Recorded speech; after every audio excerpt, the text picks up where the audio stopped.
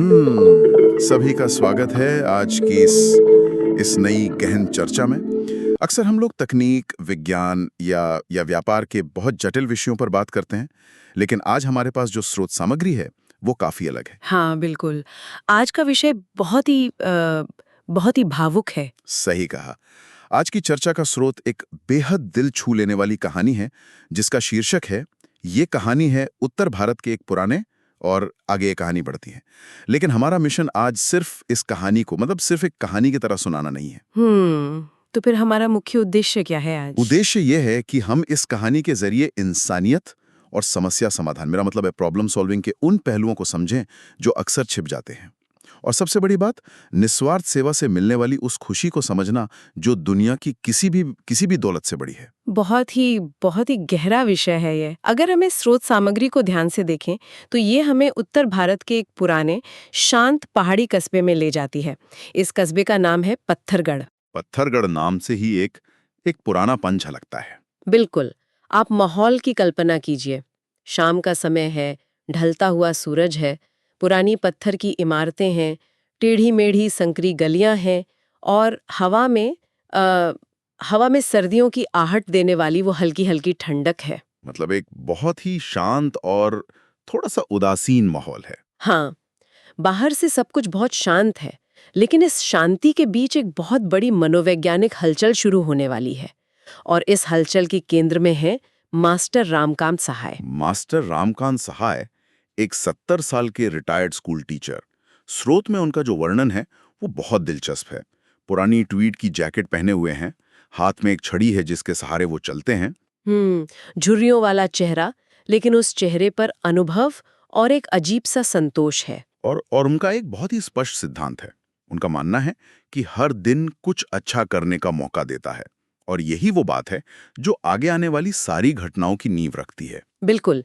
मनोविज्ञान में इसे हम प्राइमिंग कह सकते हैं। ये सोचकर घर से निकलता है कि उसे कुछ अच्छा करना है, तो उसका दिमाग अपने आसपास के वातावरण में उन अवसरों को, उन मौकों को स्कैन करने लगता है। अच्छा, मतलब वो पॉजिटिव चीजें ही ढूंढता है। सही बात है। इसे सकारात्मकता का रडार मान लीजिए।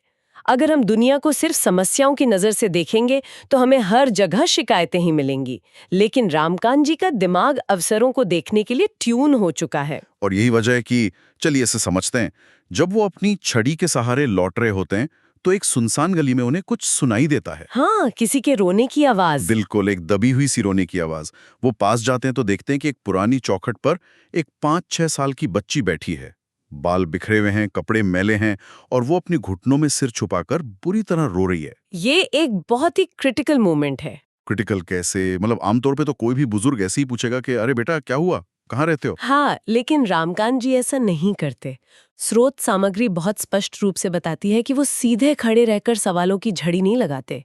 वो धीरे से घुटनों के बल बैठते हैं और उस बच्ची के कद के बराबर आते हैं।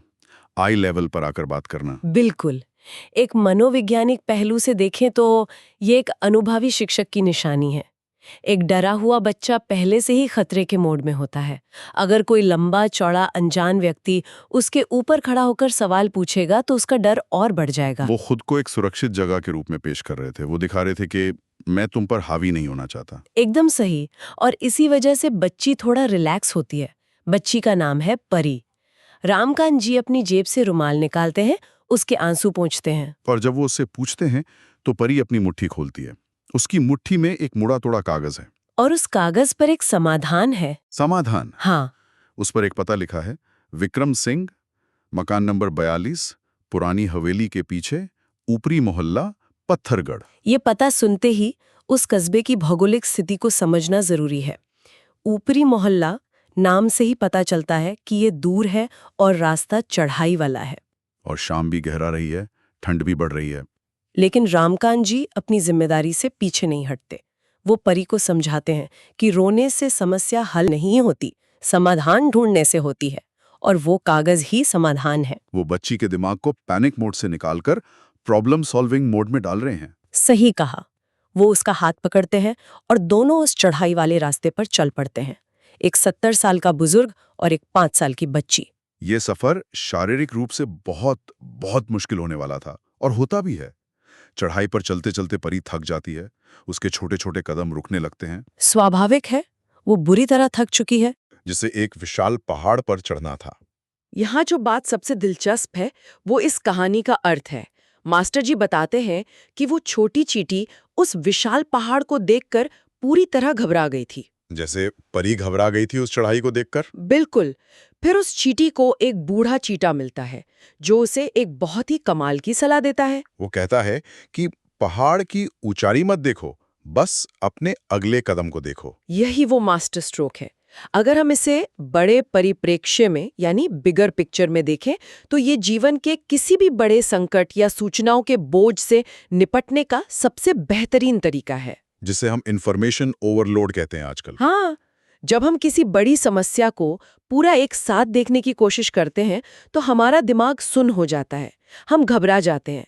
लेकिन अगर हम एक बार में सिर्फ एक कदम उठाने पर ध्यान दें तो वो बड़ा पहाड़ भी छोटा लगने लगता है। ये एक तरह से माइंडफुलनेस है, वर्तमान पर ध्यान देना।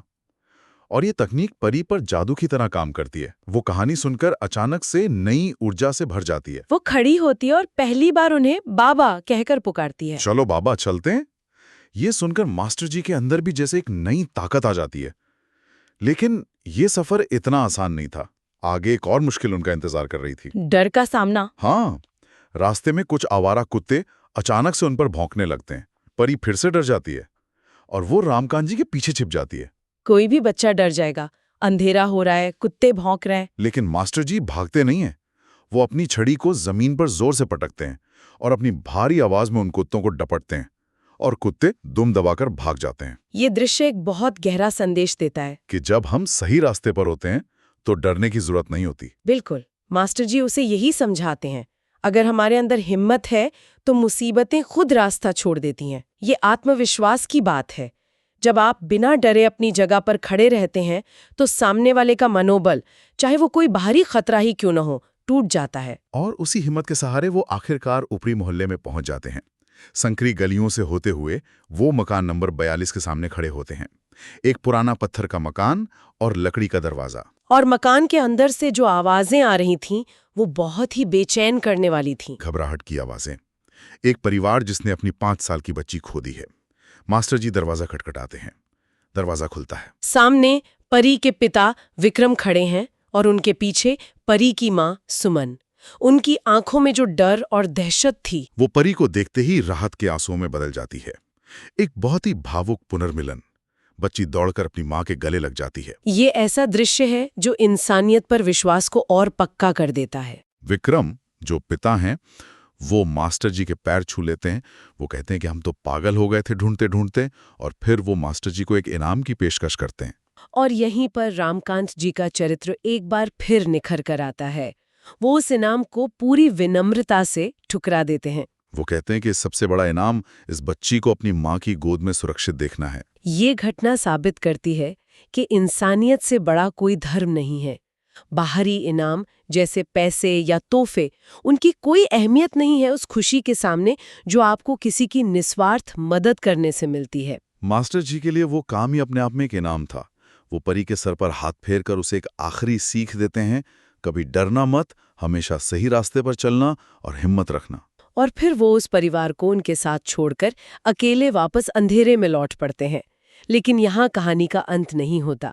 यहाँ एक और बहुत महत्वपूर्ण मनोवैज्ञानिक बदलाव आता है। बिल्कुल। जो इंसान कुछ घंटे पहले थकान से छड़ी के सहारे धीरे धीरे चल रहा था, अब उसकी सारी थकान गायब हो चुकी है। उनके कदमों में एक नई ऊर्जा है, क्योंकि उनके दिल में किसी के जीवन में खुशियां लौटाने का दिया जल रहा है। अच्छाई कभी बूढ़ी नहीं होती। ये न्यूरोलॉजिकली भी प्रूवन है।